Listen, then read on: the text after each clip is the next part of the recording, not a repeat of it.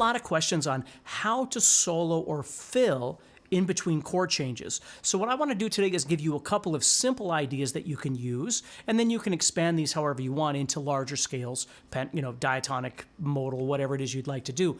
But starting with pentatonic, so we just have a basic idea of how this works.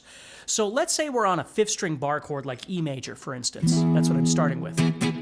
So if I go to that 5th string bar chord, there's a host of different things I could do, but a really easy thing that I can do is simply be aware that the E major pentatonic scale is sitting right above my 3rd finger.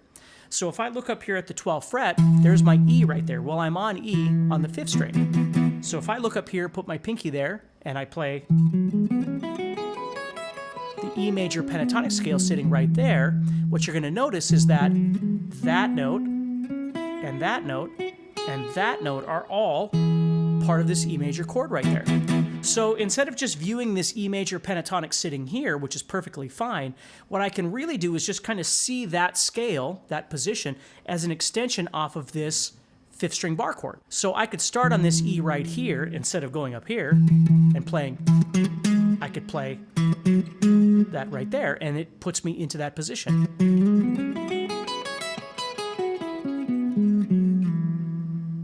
And I can do that over any 5th string major chord. If I was on C or D, I could do that anywhere. So over this E major chord right here, I'm simply going up and doing some quick little vamp or quick little solo over that. Again, depending on how much time you have, you could make it more interesting, whatever you want. But the point is you just find that right off of there. Then my next chord is going to be this G or A flat 7th chord. So in this case, I could have gone to A flat major and soloed over this, and that would have been fine.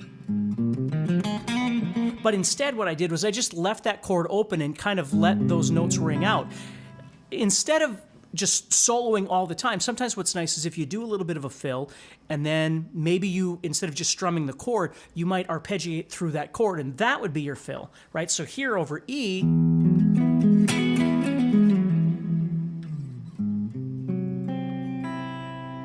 I'm just doing that instead of playing a bunch of things. And then it moves to the C sharp minor, so I could play C sharp minor pentatonic. I could play diatonic. Again, whatever I want over that C sharp minor. And then when it moves down to B minor, or B minor 7 in this case, right? I could do, again, minor pentatonic, B minor pentatonic. And if I know my other notes, I could play that as, if you know your modes, I'm just playing Aeolian or natural minor here. But it all depends on how much time you have. You don't have to make it really busy. So if I put just that part of it together and play something like this.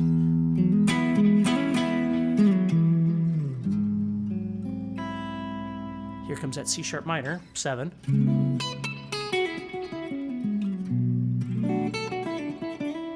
See, I can just play kind of basic pentatonic and it would sound great. And then I'm going back to E.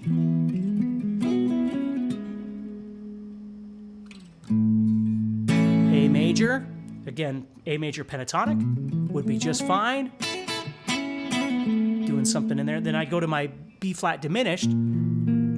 And again, I choose, instead of doing something really complex, I just do the notes. And then that leads to the E again, which goes to the C sharp minor.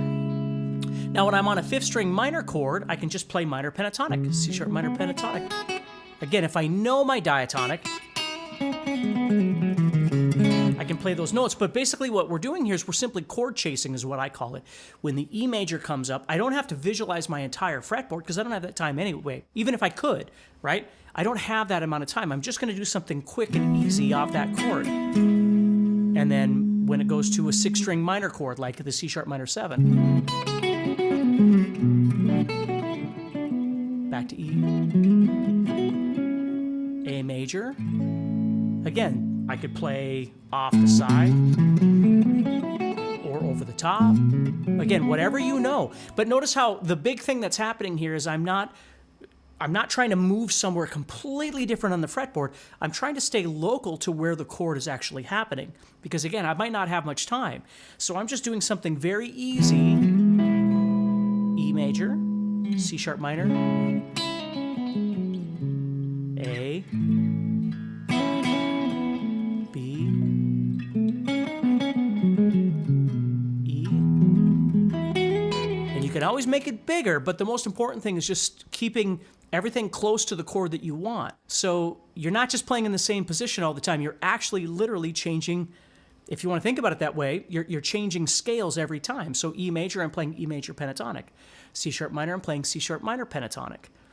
And that sort of thing. There's a lot of ways to approach this, but this is a really great way to learn how to do that. So I'm just going to vamp real quick here for you and just do one more kind of like the same thing here so you can kind of see how this is. I'm going to play very little.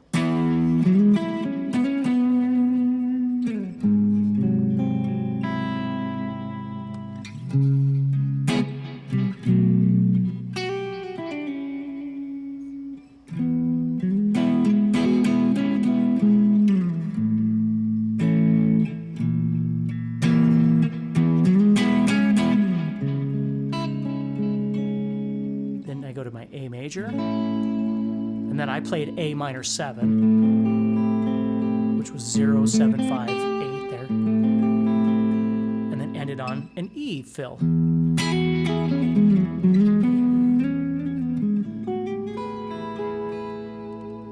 know, whatever. So that's a great way to get started.